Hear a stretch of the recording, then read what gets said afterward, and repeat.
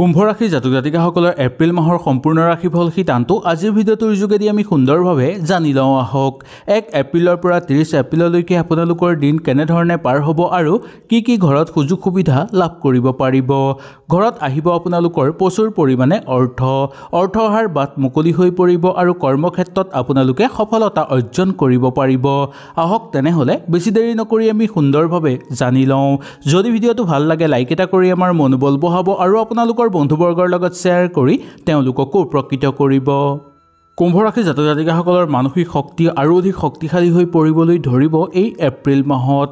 কুম্ভ ৰাশিৰ জাতক জাতিকাসকলে স্বাস্থ্যৰ প্ৰতি কিন্তু অকণমান লক্ষ্য ৰাখিব লাগিব। হঠাৎ স্বাস্থ্যৰ অৱনতি ঘটাৰ সম্ভাৱনা দেখিবলৈ পোৱা যাব পাৰে। আপোনালোকৰ জীৱনত আত্মবিশ্বাস বৃদ্ধি পাবলৈ ধৰিব।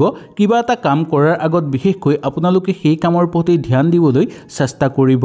জীৱনত আপোনালোকৰ দুটা ভাল খবৰ অহাৰ সম্ভাৱনাও দেখিবলৈ পোৱা যাব পাৰে। কোনো মাধ্যমৰ পৰা প্ৰচুৰ পৰিমাণে অৰ্থৰ আগমন হ'ব আপোনালোকৰ। ইয়াৰ পৰা আপোনালোকে নতুন কিছুমান কৰ্মত যোগদান কৰি লাভৱান হ'ব পাৰিব। জীৱনত চলি থকা কিছুমান সমস্যা আপোনালোকে নিঃসন্দেহে সমাধান কৰি ল'ব পাৰিব। নতুনকৈ যদি কিবা সমস্যাৰ সমাধান যোগ আপোনালোকৰ নামি আহে তেনেহ'লে সেই সমস্যা আপোনালোকে অকণমান নিজৰো কষ্ট দৰকাৰ হ'ব। সেই অকণমান কষ্ট কৰাৰ ফলতেই আপোনালোকৰ সকলো সমস্যা সমাপ্ত হৈ পৰিব। মা দেউতাৰ স্বাস্থ্যৰ প্ৰতি আপোনালোকে লক্ষ্য ৰাখিব লাগিব। মা দেউতাৰ স্বাস্থ্যৰ কাৰণে খৰচৰ মাত্ৰা বৃদ্ধি পোৱাৰ সম্ভাৱনা আছে। সেইকাৰণে তেওঁলোকৰ স্বাস্থ্যৰ প্ৰতি বিশেষকৈ লক্ষ্য ৰাখিব। আৰ্থিক ক্ষেত্ৰত আপোনালোকৰ অৱস্থা আগতকৈ উন্নত হৈ পৰা দেখিবলৈ পাব। নতুন ভাল সুযোগ আপোনালোকে লাভ কৰিবলৈ সক্ষম হ'ব। সামাজিক ক্ষেত্ৰত আপোনালোকে খ্যাতি লাভ কৰিব পাৰিব। নতুনকৈ সামাজিক ক্ষেত্ৰত কিবা পদক্ষেপ ল'ব বিচাৰিলেও আপোনালোকে সুন্দৰভাৱে ল'ব পাৰিব। বিগত ক্ষেত্ৰত আপোনালোকে হৈ যোৱা কিছুমান কামৰ পৰা নতুন ফলাফল লাভ কৰাৰ যোগ দেখিবলৈ পোৱা যায়। প্ৰিয়জনৰ মাজত অজানিতে যাতে ভুল হৈ নপৰে বা প্ৰিয়জনৰ লগত সৰু সুৰা কথাতে মত বিৰোধ নহয় তাৰ প্ৰতি লক্ষ্য ৰাখিব। এই কথাটো দাম্পত্যৰ ক্ষেত্ৰতো খাটি যাব।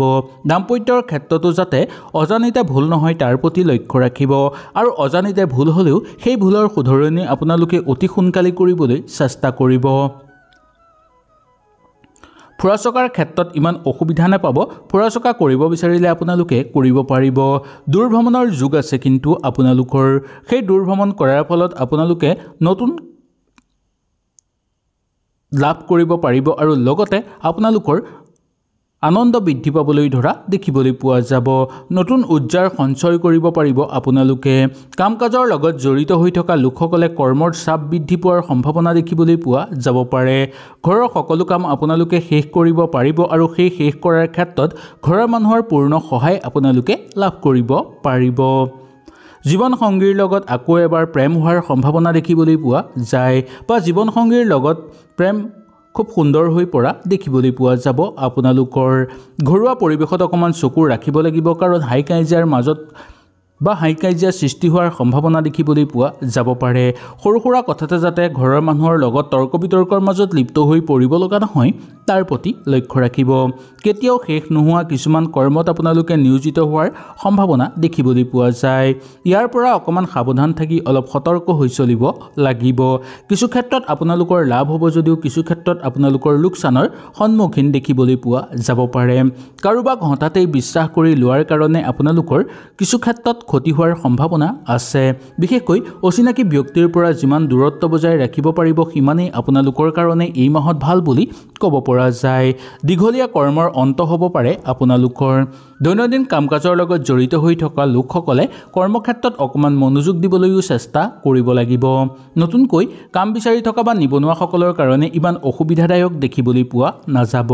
বন্ধুবৰ্গৰ লগত থাকোঁতে সুখ সমৃদ্ধি বৃদ্ধি পাবলৈ ধৰিব আপোনালোকৰ। একেলগে সকলো কাম কৰিবলৈ আপোনালোকে চেষ্টা নকৰাটোৱেই মংগলময়।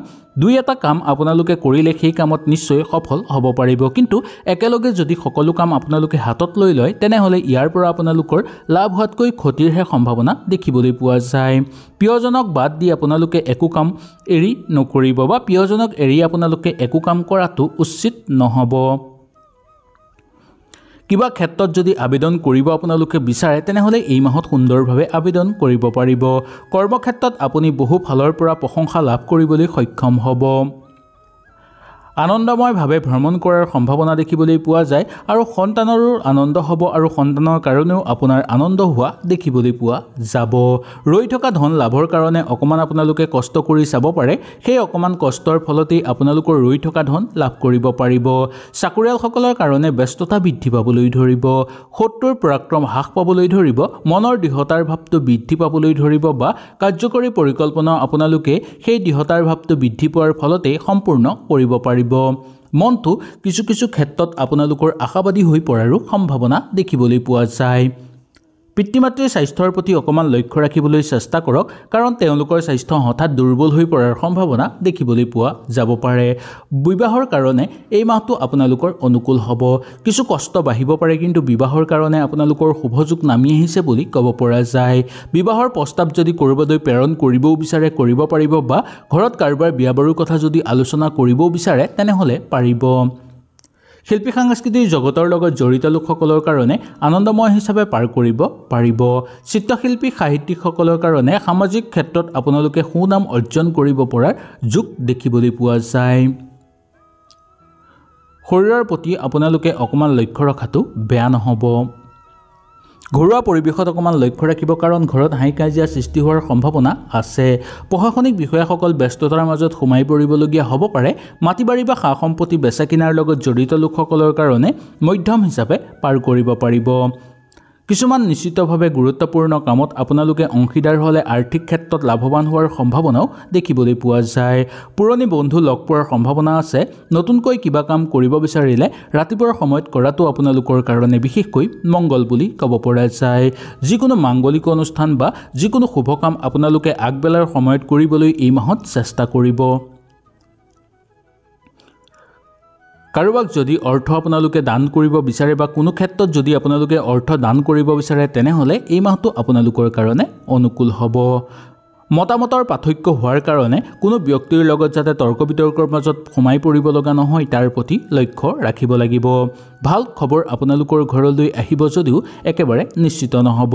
কৰ্মক্ষেত্ৰত আপোনালোকৰ ভাল অনুভৱ যেন হ'ব, লগতে কৰ্মক্ষেত্ৰৰ সহকৰ্মীৰ লগত থাকোঁতে আপোনালোকে প্ৰশংসনীয় পাত্ৰ হৈ পৰাৰ সম্ভাৱনা দেখিবলৈ পোৱা যায়।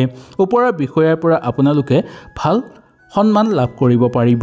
ব্যৱসায়িক বাণিজ্যৰ লগত জড়িত লোকসকলে ব্যৱসায়ত বিনিয়োগ কৰি যাব বিচাৰিলে চাব পাৰিব আৰু ব্যৱসায়ত লাভৱানৰ যোগ দেখিবলৈ পোৱা যায়।